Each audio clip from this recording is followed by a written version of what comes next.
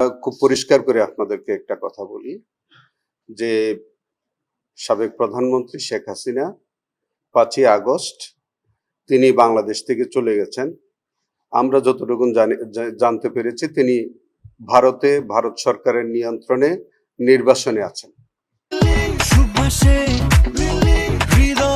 Shea butter ও vitamin সমৃদ্ধ lily beauty soap, তারুণ্যময় উজ্জ্বল ত্বকের জন্য।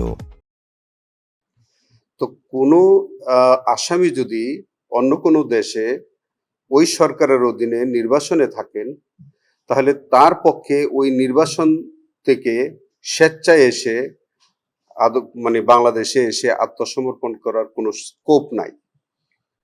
অর্থাৎ তাকে ওই দেশের সরকার বন্দি বিনিময় চুক্তির আওতায় বাংলাদেশ সরকারের কাছে হ্যান্ড ওভার করবে, অথবা ওই ব্যক্তিকে ওই সরকার বা ইন্ডিয়ান সরকার তাকে পুশব্যাক করতে পারে।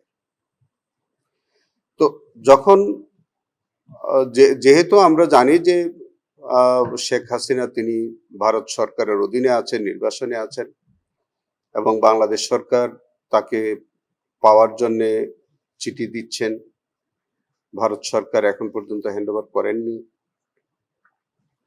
তো এই যে বক্তব্যগুলো যেটা রয়টার্সই বলেছেন যে তিনি আসবেন, তার লোকবল আসবে, একত্রে এসে আদালতে আত্মসমর্পণ করবে, এই বক্তব্যের কোনো আইনগত সুযোগ আমি দেখি না।